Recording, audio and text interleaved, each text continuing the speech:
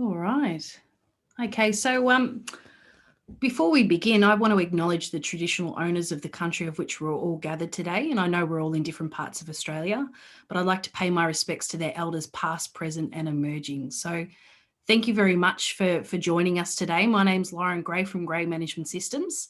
And I'm joined with Steve Robinson, and I'll give Steve a formal introduction in a moment. But today we're going to be talking about risk management, specifically to the NDIS. So for all you wonderful NDIS providers and workers out there, this is a really big area, and it can be often an area where there's some challenges for providers out there in the field. So I'll talk a little bit more about myself in a minute, but for those who are returning to the webinar, and I know that you've been on some of our other courses and webinars, welcome back. It's always wonderful to see some really familiar faces, or some names I should say. But yes, thank you for being here. And if this is the first time that you're tuning in, welcome to our community. It's a pleasure to have you on board. We try to put out these free webinars on a monthly basis, specific for NDIS providers, and we like to cover areas and topics, that I find that our clients, that are wanting to know as well. So yeah, well, next month we've got a really good one as well. We have, I'll be interviewing HDAA Mark Gurman. He's a program leader there. And so HDAA, for those who may not know, they're a certification body and approved quality auditor. So we're going to be talking all about the audit process. We're going to be talking about common issues that we see when we're out there auditing, common misunderstandings and things of that nature, some identifying sort of common issues around non-conformities as well. So that's going to be a really good one not to miss too. All right, so what we'll do is we'll just quickly give you a bit of an overview. So we've got about 45 minutes today. We're going to do some quick introductions. I'm just going to introduce you to Steve. What we're going to do is we're obviously going to focus on risk. And so I'll just, what we'll do is probably start with some question and answers with Steve first. And then we're just going to show you some of those parts, those important parts of the practice standards and where we actually talk about risk management. And then we're going to talk about some further resources that could help you along your journey with risk management in the NDIS sector. So before we begin, please talk to us via the chat box. I can see Katrina's got the first question up there. Thank you very much, Katrina. We'll come back to that. So all questions are welcome. If you become disconnected or you have to be taken away, you've got other things that have popped up, this will be available to rewatch at a later time, and I'll send you the link for that. So, and if you are joining us on the replay, welcome to you as well. So just to let you know who Gray Management Systems are, we are a registered training organisation and we've been around for almost 25 years now. Our sole focus, sort of our area specialty, is around auditing. So that's Diploma of Quality Auditing that we deliver.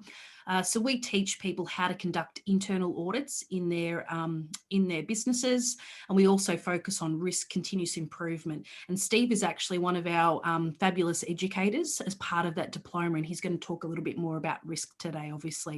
We also do have some other training that is specific to the NDIS sector around the practice standards, incident management, privacy and professional boundaries. So that's who we are.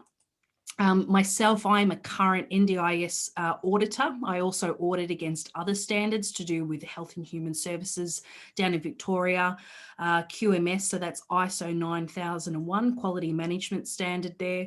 And I'm also an investigator and educator as well. So I started off in the disability field, went to the police force for a period of time where I was a police detective for almost 18 years. And now I've fallen back into the auditing space and working now in the disability sector in a different capacity. And I'm really enjoying it.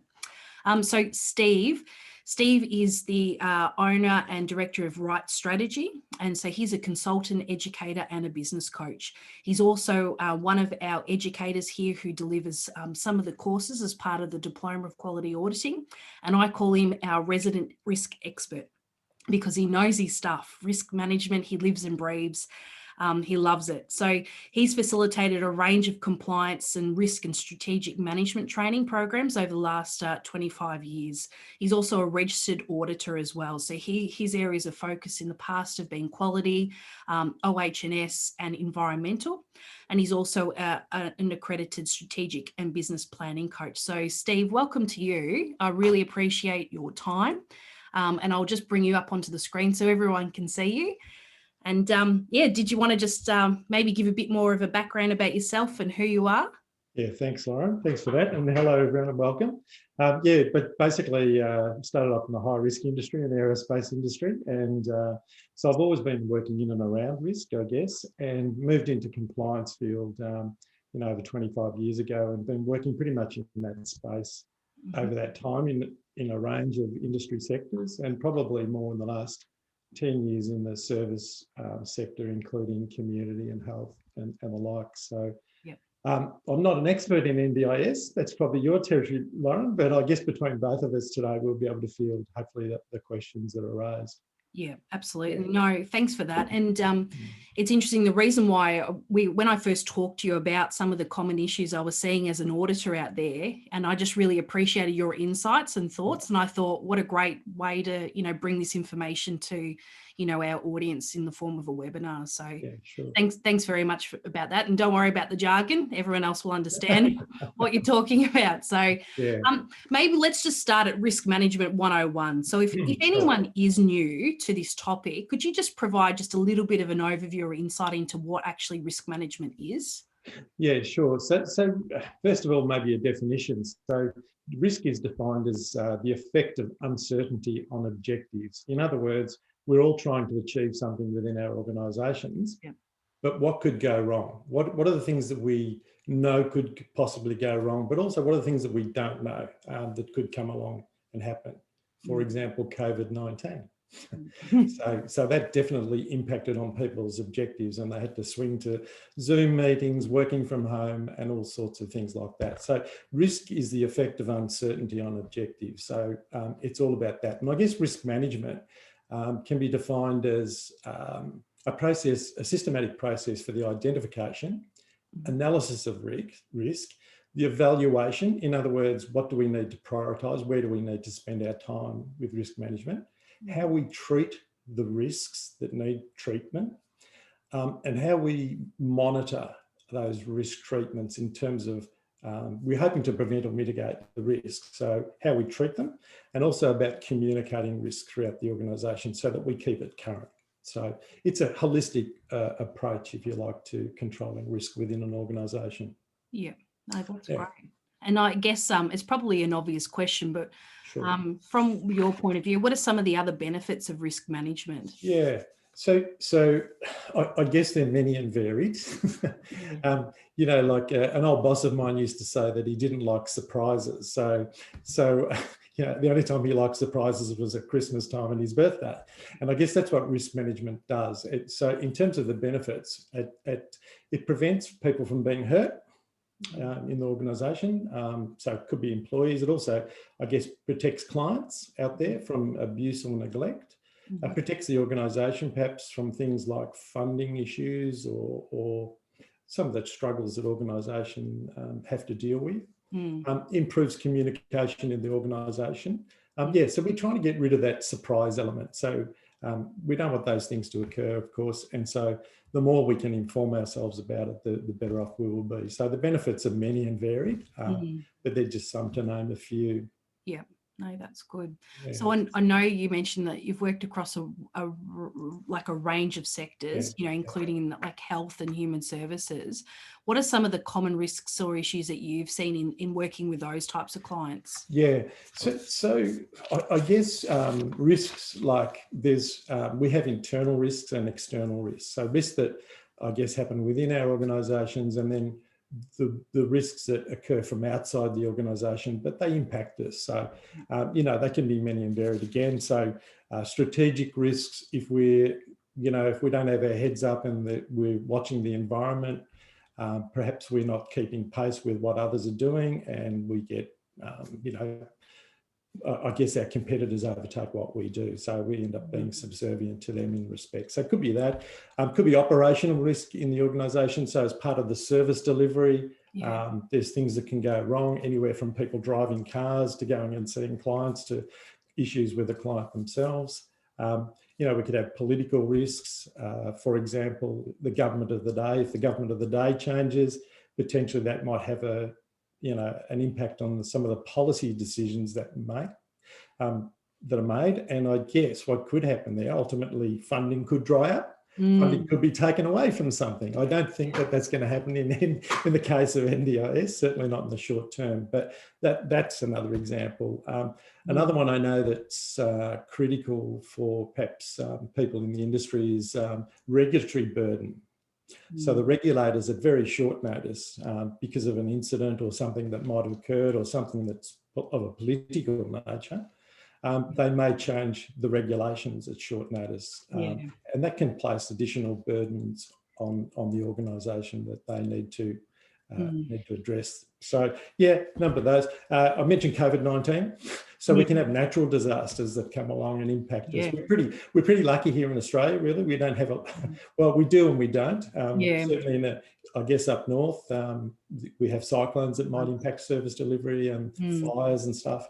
But generally speaking, we're not too bad. But so there's some challenges there that might impact us in terms of what we're trying to do.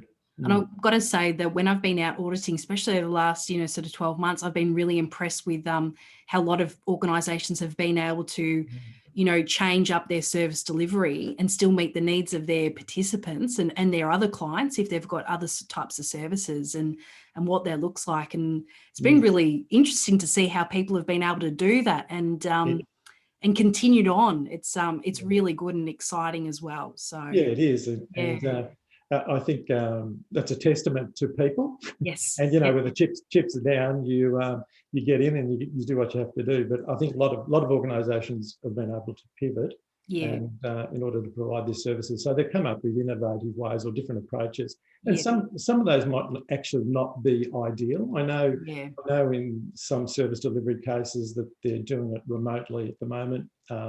They're not ideal, but they achieve the minimum requirements. And I guess if the environment was different, you'd probably have a balance of both, some sort of a hybrid version to service delivery. But certainly what it has highlighted is some areas for efficiencies and so on. But I guess on the downside of that, because we always, when we talk about risk, we talk about the upside and the downside. Yes. So that's some upside example there with COVID-19. And I guess the downside now is I think we're getting a bit of COVID-19 fatigue in some cases. So that's another risk that, if you're in that situation that you might have to manage. I know. Yeah. What I'm going to do is let's go to the practice standards. Oh, sure. Stop my video rather than share my screen. It's all right. So here, this is just the beginning of the risk management standard. So this sits within the core module of the practice standard. So this is what it says for providers. So here, when we talk about the outcome, this is the objective of what, as an auditor, we're looking for about how a provider is actually achieving this outcome, essentially. So here, risk management, the whole objective of is to make sure that risks to participants, workers, and the provider are identified and managed. So pretty straightforward. And so this is actually the second quality indicator here that I've just put up front. But here it talks about, providers must have a documented system to effectively manage those identified risks relevant to the provider. And it has to be, relevant to the provider and obviously the complexity of support. So, really sort of looking at what's appropriate and what's proportionate. But the second point that I just wanted to, now talk to you about, Steve, is this is the first part, that providers must identify, analyze, prioritize, and treat risks. And that's what you were talking about before, those real basic steps of risk management. So then it has to apply to the organization as whole. It's more of those strategic risks, but then your participants, so your people with disability, that's why we're here in business for.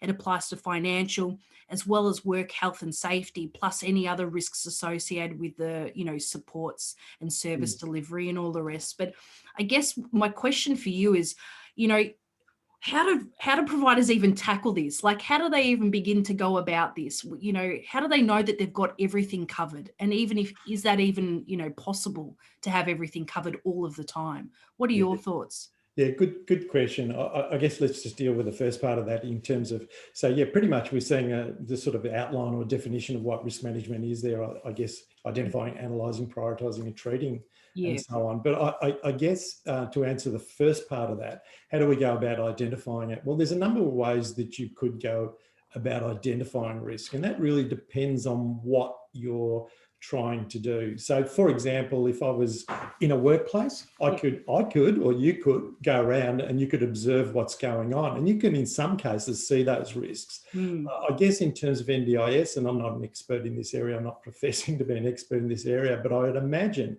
if I was to follow someone around, a worker around in that area, throughout the day, I would get to see things and they would give me some insights in terms of the risks that are involved in my work environment. For me as a worker or for me as a client, you would get that perspective. So I guess one way is doing it through observation. Some organisations have constructed like checklists based on probably previous experience and the like, and they'll use a checklist to go around the organisation and perhaps ask some questions and then determine whether those risks are indeed a risk in this particular organisation or in this department or whatever. So there's a couple of ways, but I think the main way in which we do this, we can do this from a quantitative or a qualitative perspective. And the quantitative is where we're using a lot of data. Now, if there's this data-rich system like insurers have or governments have, they can refer to these big databases where there's a lot of statistics, and they can look at perhaps risk profiles and determine risk profiles from that big data, if you like. For most of us, although our data is becoming more and more sophisticated over time, for most of us, we're going to do that in the way of a qualitative approach. In other words, we're going to use our experience. And a good way to do that is sit people down and discuss with them what are the risks in this area. So a little later on, probably in this presentation, we'll talk about how to go about that within the organisation. But through our, we can sit down and we can brainstorm some risks, and we can collect those and we can document or record them onto a risk register. So this is a really important part. It's almost like that brainstorming principle. There's no silly risk in the beginning because we want to flush them out, whether they're real, whether they're plausible, whether they're significant or not.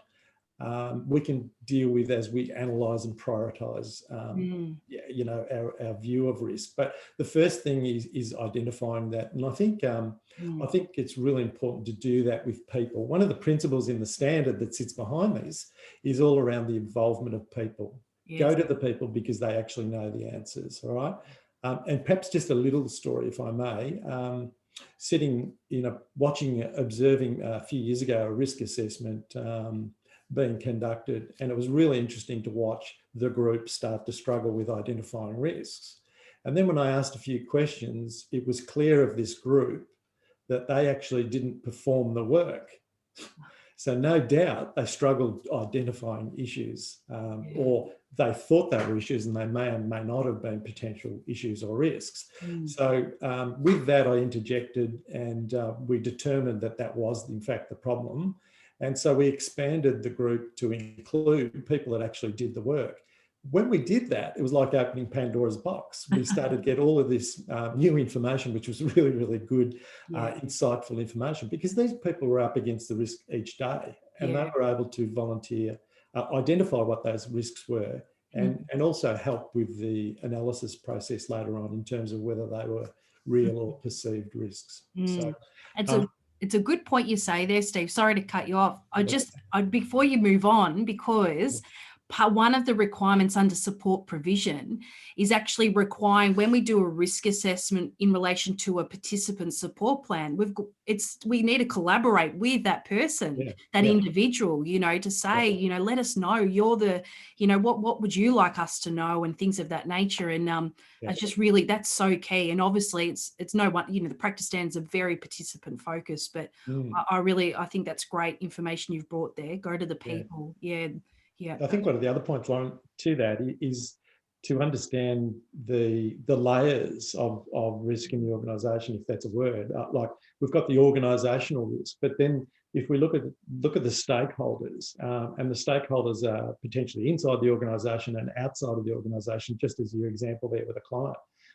And we need to look at those, and we'll consult with those. We should consult with those stakeholders as required, as need be, to properly identify a risk or even analyse a risk, as I mentioned. So it's a good point. So the last part of my question with that is, is it even possible, to know everything, or is it is an ongoing process? It'd be nice. I had this discussion this morning with a client. It'd be nice to think that we could identify everything 100%. I can't sit here hand on heart and say we can go into a session now and identify 100% of risk. I think that's a bit utopian. We endeavour to identify as much as we possibly can, given the constraints and the dynamics acting on us at the time, whether that's time, limited access to people, or whatever. We continually strive to get the best. In reality, I think what happens is inevitably we might miss something, or we might not get something quite right. So the big thing about risk is it's okay, because it's not a one, point in time where we have to get this 100% correct. That's never going to happen. So we can have our best attempt at it. But it's an ongoing thing. Risk is not something you do and park and put away till next year. And this is a great point you raise, because it's ongoing. If we think about it, I think I'm just going to, like, risk management is the phrase it's sort of given, but I turn that around and say to organisations, you identify your risks. They're the things that are going to impact you, hurt people, hurt yourself, hurt the organisation. And so we need to manage those risks. So this is a real process of continual identification. And to prevent these things from happening. So we're about managing risk. So it's not a process where we just do it once a year, tick and flick and put it away. So if we miss something today and we pick it up tomorrow, that's awesome. We just update our records to reflect that and make sure that we're continually looking at this. Obviously, from time to time, there's some informality to that, and we need to also have some formal processes for ensuring that that's in place as well. And that really flows on from, like, with the example around, like, say, the risk assessments around support plans, there is that requirement to have that periodic, risk assessment ongoing. And they don't specify, how often that needs to be, because it should be fluid. It should be as, as required. So sorry, Loren, if I can just probably add to that. The other thing is, I can understand with those support plans, there's a possibility that we don't want to be updating them on a daily basis, sort of thing. But if there's a significant risk, I would suggest that you do update it. If they're minor improvements, we probably save those up, and then when we do a formal review, we might introduce those in. So it's all about it's managing risk. So if something's significant, then we would put it into the plan, communicate it, and make sure that we're controlling it. If it's a insignificant thing, but probably for good order we should do it or ought to do it, we can save those up and make those at some point in time. That's it. So the next thing I wanted to ask you is, when we talk about, identifying, analysing, prioritising, we're talking about creating these strategies to manage the risks.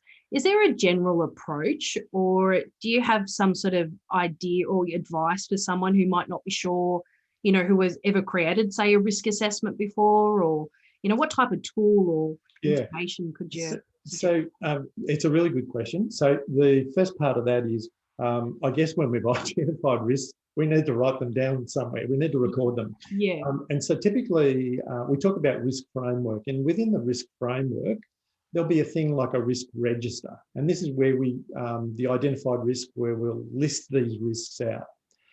And then we work across that register and determine, if this is a particular risk, let's say it's a HR risk, something to do with perhaps engagement of employees or something of the like, then we'd analyse the significance of that risk. And if it exceeded our target acceptable risk level, then we might need to do something about it. So we use the risk register to record and complete records of the risk. So that's there. But in order for us to do the analysation, or the analysing of risk, we look at consequence and likelihood. So if something was to occur, what's the impact on the organisation? So we need a tool that describes that. So if it's, for example, there's a financial impact, what does that mean? And it's going to range from something very extreme, like complete loss of funding, for example, right through to minor funding or financial issue. So we'll have different dimensions on this consequent matrix. We'll rate it through significance through low to high. And we'll ask ourselves, what is the impact of this risk? We'll also ask ourselves how likely it is to occur. Yeah. So we've got 3 tools at the moment. There's a risk register, a consequence matrix, and a likelihood matrix. We also need a risk matrix, a risk table that looks at the consequence, looks at the likelihood, and gives us an extreme risk, a high risk, medium risk, low risk, negligible risk, whatever it is. Yeah. And you'll see these tools vary from organisation to organisation. Yeah. You can go on the internet and you can see them and you can download them. I don't recommend that, because there's some decisions that get made behind those tools that you might not be aware of. And by doing that, you might be accepting higher or lower levels of risk than you need to do. So so we need a risk register. Absolute basic tools will be a risk register, a consequence matrix, likelihood matrix, a risk rating table, and we need some criteria to determine whether the risk that we've just analysed is an acceptable level of risk, or it exceeds our comfort level, if you will, for risk, in which case we're going to need to treat that risk. Yeah. So they're the basic tools that we use. And look, when you're starting out for the first time, you'll find that you perhaps are tweaking these tools as you go, and you'll find that after some time that's starting to settle down and it's getting some level of maturity to the tool. But yeah, they're the basic tools in play. No, that's good. I'm just checking our chat. We're all good here. Please, if there's any questions as Steve's talking and there's something more you want to know, let us know. So when I've been out auditing, I've seen like a range of systems, and I've seen a lot of providers. They've purchased policies and procedures and things of that nature, and so and a lot of the time they haven't gone back and actually made it appropriate, or it doesn't tell the story of the organization. So it's very generic, and that can be really challenging. And this theme of proportionality and appropriateness is woven right through the practice standards. Right. So how would a provider know whether what they have already in place, like a management system or a framework, how do they know it's actually working for them? How would they test that? Yeah, I hear your point about buying stuff off the shelf. So we can buy something off the shelf, but then we need to tailor it to suit our organisation. We can soon determine whether it's proportionate and appropriate. If it's taking us a lot of resources to administrate and look after that, one would have to question whether the appropriateness of it, assuming that it complies with the guidelines and the requirements. Okay, so in other words, we wouldn't want to take a system from a large organisation and use that in a small organisation. That's just going to be too cumbersome for us to operate. And the opposite's also true. If we are a rather large, complex organisation, providing multiple services, and we're trying to apply a smaller framework and model, that's equally not going to be proportionate or appropriate. So it's about getting it right. Obviously, we need to meet minimum requirements. That's the standard. We need to do that, but we'll soon know if it's too bureaucratic for us to manage. So things like that. We want to make sure it's fit for purpose. It's achieving what we have to do.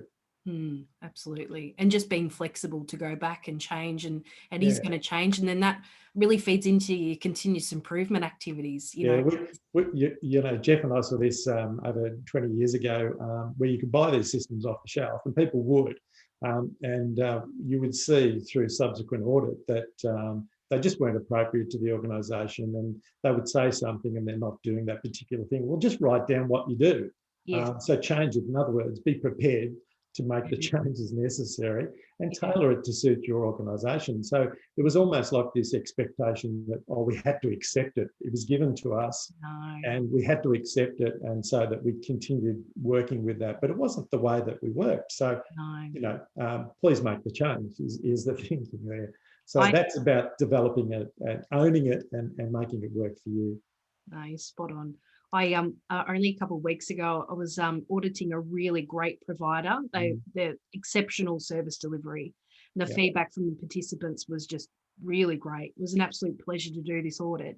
And part of their system they had purchased, the policies and procedures, and there was so many gaps, and I really felt for them. And then the other parts that they had actually written themselves, you know, the owner operator said to me, goes, we actually do this. And I'm like, you know, I know, I hope this is what it reflects, but just to see the difference, you know, but, you know, over time, and look, I get it. Sometimes it's so overwhelming. It's like, where do we begin?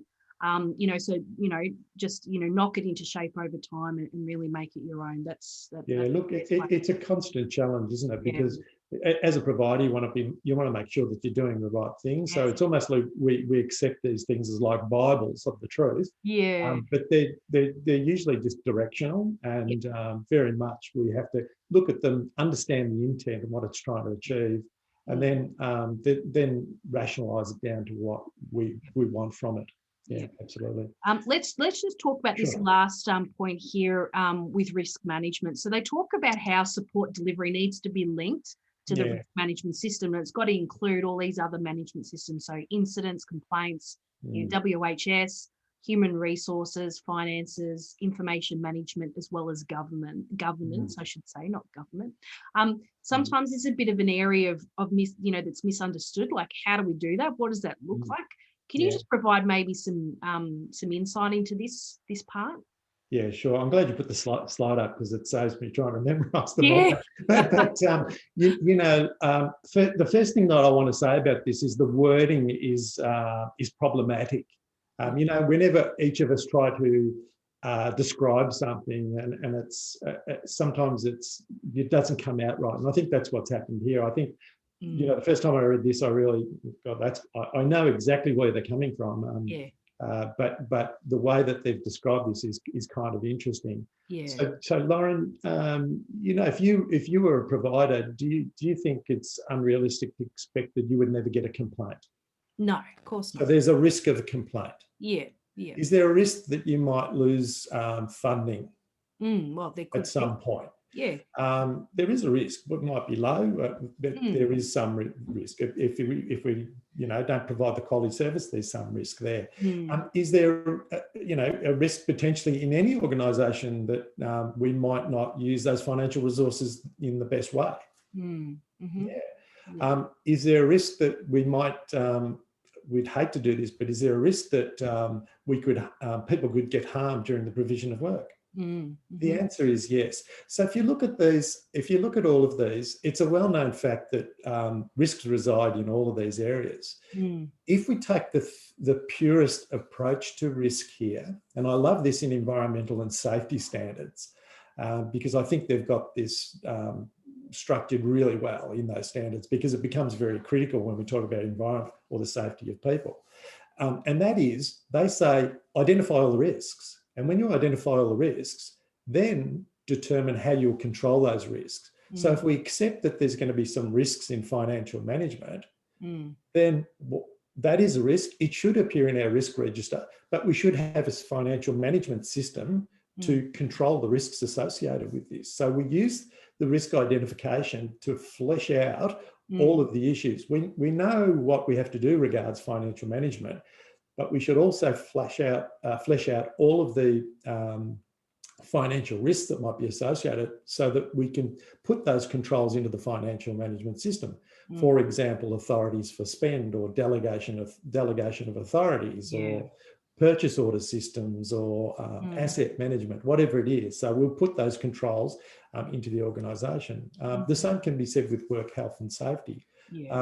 If we sit down and we think about our services, the services that we deliver to our clients, we could sort of say what's going to go wrong. And when we understand the sum total of what's going to go wrong, we can provide for that in the work health and safety requirements. So I guess these are sort of known common risk areas in any organisation, and they deserve their management systems because of that fact. But we still need to identify them in the first place. And the purest approach would be identify all of the risks associated with them and then develop those systems. Or at least if you've got a template approach that you talked about earlier, and let's say it's around complaints management, if we've identified our risks on one hand, and we've got our complaints management that we've acquired, a complaints management system, then we should be looking and saying, how well does that complaints management system address our risks?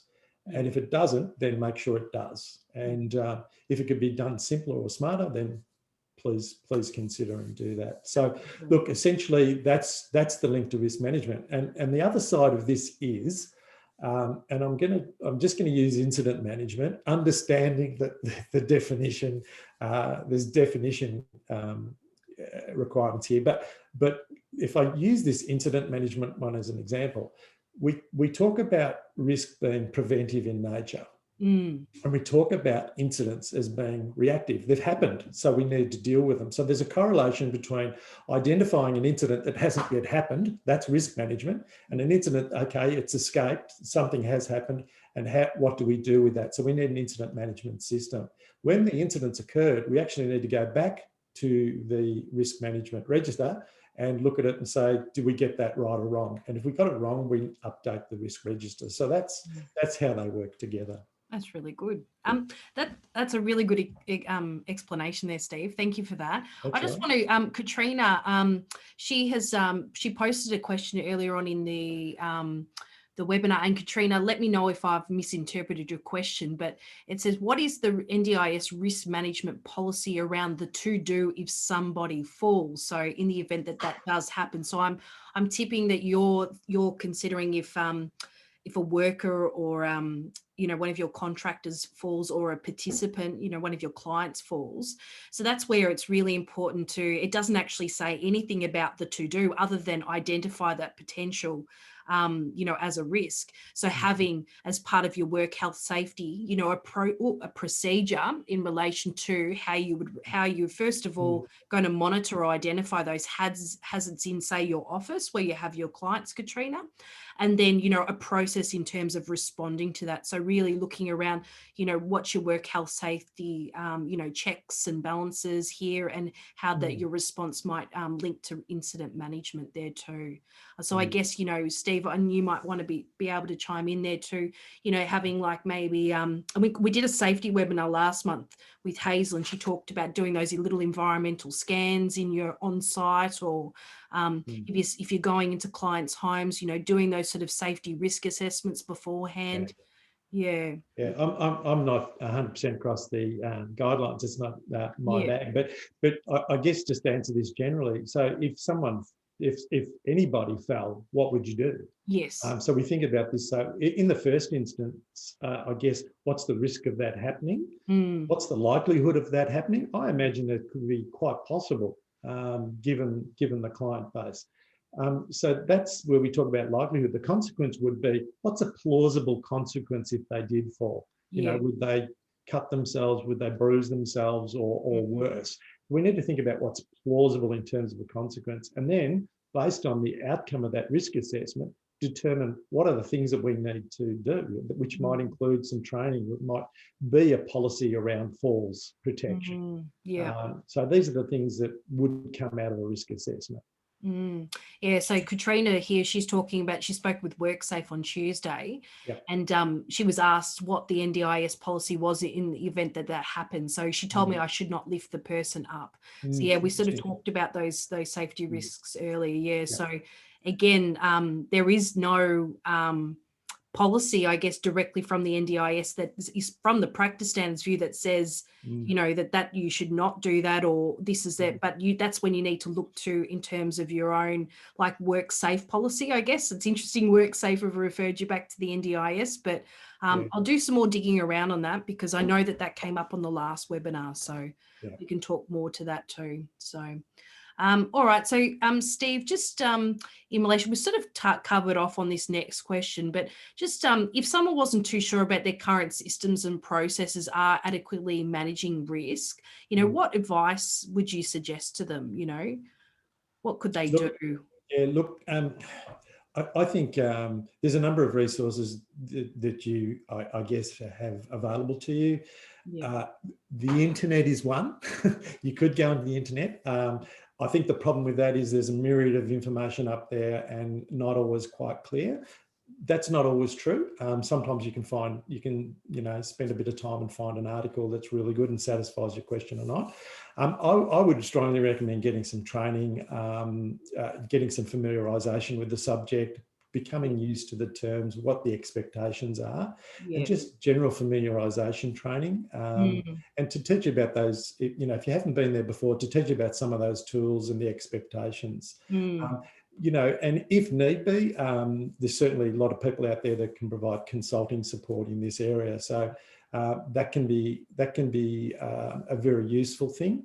I guess you've just got to weigh up and determine you know how much you know or you don't know, and make some sound and practical decisions from there. But yeah, look, I would say certainly the training would be a first port of call. Get familiar with the requirements, and then from there you're able to make a judgment on whether you needed any additional support. Yeah. And that's a good segue into, because you do a managed business course, Steve, through Gray Management Systems, and it's a one-day course, and it's actually accredited too, which is really great. So, you know, participants, they come along for the day, it's facilitated by yourself, and they actually walk away with a unit of competency from the business services training package, which is really good. Would you be able to just tell how that course would also be relevant to NDIS providers and people working in that area? So I guess so it's a general course around risk management. It's based on the risk management standard ISO 31001, and everything we've talked about today is covered in that training, and it talks about, you know, what is risk management, why it's necessary, what's included in that standard. We walk through the framework elements, and we walk through the risk management process, and then we put that together. We look at all of the tools that are involved, and we look at practical ways of implementing the requirements within the organisation. So, as a quick answer to your question, I know it's good. And when you talk about tools too, because I know we've sort of given some insight into what type particular tools might look like, but I just wanted to come to support planning, because this is another, like, risk is sort of scattered throughout and I'm only looking at the core module. I haven't even got to some of the other, you know, the more trickier modules there. But you know, with support planning, this is where we talk about actually having a risk assessment. And this is something that's quite often missed. And we're seeing, other than unauthorized use of restrictive practices, we also see a lot of non-conformities around the types of risk assessments, or lack of them as well. You know, and I will preface by saying, and I really understand this, a lot of providers have shared with me that they don't like the language of risk, because that also implies that, you know, when we're doing a risk assessment with a person with disability, that there is, you know, something wrong, or it's another way of distinguishing, or, you know, moving them away from. And, you know, so I've often said, well, you don't have to call it risk. It could be a possibility assessment, or something, you know, to soften the language. And I think that could be really important, especially providers working in that psychosocial area. You know, I think that could be really important too. So I will preface by saying, just, you know, make this your own, you know, what works for you, what makes you comfortable.